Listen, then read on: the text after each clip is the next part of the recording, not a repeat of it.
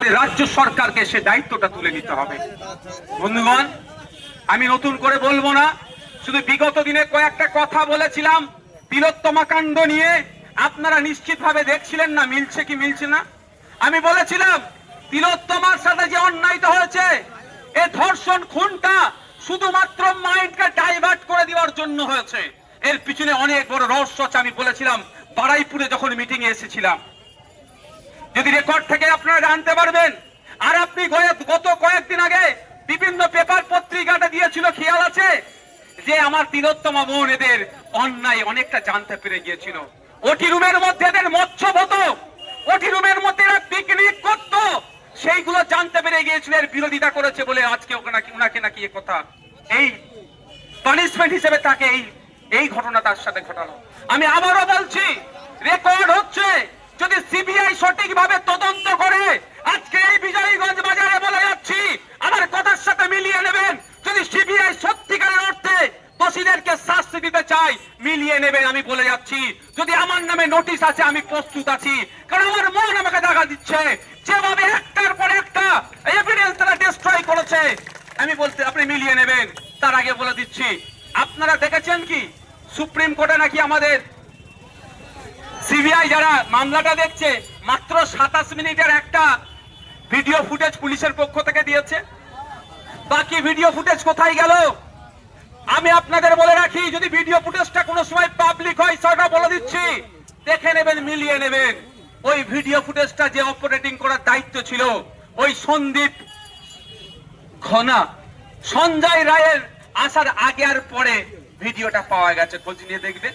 কিন্তু সঞ্জয় রায়ের আগে যে সমস্ত খেলাড়ি, এই জন্য বলছি এত বড় অপদার্থ সন্দীপ ঘোষ, এই মর্গে যে সমস্ত মহিলারা থাকতো, যে সমস্ত মায়েরা থাকতো, যে সমস্ত দিদিরা থাকতো, যে সমস্ত বোনেরা থাকতো, এই সন্দীপ ঘোষের চেলারা ওই মৃত মায়ের সাথে, ওই মৃত বোনের সাথে, ওই মৃত দিদিগুলোর সাথে অপকর্ম করে এই শয়তানগুলো ভিডিও করে আবার বাজারে বিক্রি করতো মুখকে চেঞ্জ করে। এই জন্য আমি বলছি খেলাড়ি এরা কত বড় অপদার্থ। এই অপদার্থগুলোকে আবার মহিলা মুখ্যমন্ত্রী মমতা ব্যানার্জি সকালে চাকরি ছাড়লে সন্ধ্যায় আবার চাকরি দেয়। লজ্জা থাকা দরকার মুখ্যমন্ত্রী। ওনার যদি ন্যূনতম লজ্জাটুকু থাকে, আমি মনে করব উনি পদত্যাগ করবেন, ওই পদের উনি যোগ্য নয়। আর যে ভাবতে পেরেছে মহিলা মারা গিয়েছে, মর্গে গিয়েছে, ওই মহিলাকে তার সাথে অপকর্ম করে ওই ভিডিও করতো, যখন অপকর্ম করতো ভিডিওগুলো মুখটা চেঞ্জ করে দিয়ে বাইরের দেশে বিক্রি করতো, আর মোটা টাকা ইনকাম হতো। এই কাণ্ডগুলো আমার তিলোত্তমা বোন জানতে পেরে গিয়েছিল। আমার তিলোত্তমা বোন কি জানতে পেরেছিল? যে প্রায় প্রতি বছরে মৃতদেহের হিসাব ঠিকঠাক থাকতো না, মৃতদেহ এরা খেয়ে নিত। মানে বুঝতে পেরেছেন?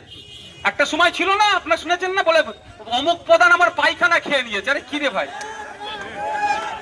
গ্রাম্য ভাষা বলে পায়খানা খেয়ে নিয়েছে। আরে কি হয়েছে? মানে ওর বাথরুমের টাকাটা এসেছিল, প্রধান ঝেড়ে দিয়েছে। ওরা বাথরুম খেতে খেতে মৃতদেহ খাচ্ছে। প্রতি বছর 8টা-10টা করে মৃতদেহ এরা কি করতো, অন্য জায়গায় কি কাজে ব্যবহার হয় বলতে পারবো না সবটা, কিন্তু প্রতি বছর এরা 8টা-10টা করে মৃতদেহ খেয়ে নিত। আর কি অন্যায় ধরতে পেরেছিল? প্রতি বছরে প্রায় 20 কোটি টাকার ওই মেডিকেল কলেজের ব্যবহারকৃত যে সমস্ত বর্জ্যগুলো ছিল, সেইগুলো এরা বিক্রি করে লুটপাট করে খেত। সেইগুলো প্রতিবাদ করার জন্য আজকে আমার তিলোত্তমা বোনকে এরা ধর্ষণ করিয়ে, খুন করে, তারপরে ধর্ষণ করিয়ে এরা তার মুখটাকে বন্ধ করলো। রাজ্য সরকার বারবার বলছিল, পুলিশ বারবার বলছিল, এতে আমাদের কেউ নাই। আজকে আপনারা বলুন, টালা থানার ওসিকে কেন গ্রেফতার করেছে?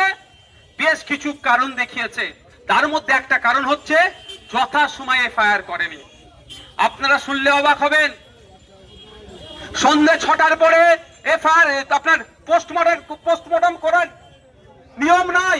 এখানে যদি কোনো ডক্টর থেকে থাকেন, আমি যদি ভুল বলি, আমাকে এসে আপনি প্রোটেস্ট করতে পারেন, কিন্তু বাই প্রেসার দিয়ে পোস্টমর্টম করতে বাধ্য করেছে। ওখানে একজন সম্ভবত প্রাক্তন কাউন্সিলর তৃণমূলের, সে কথা বলেছে যদি পোস্টমর্টম না হয় তাহলে নাকি রক্তের বন্যা বইয়ে দেবে। আরে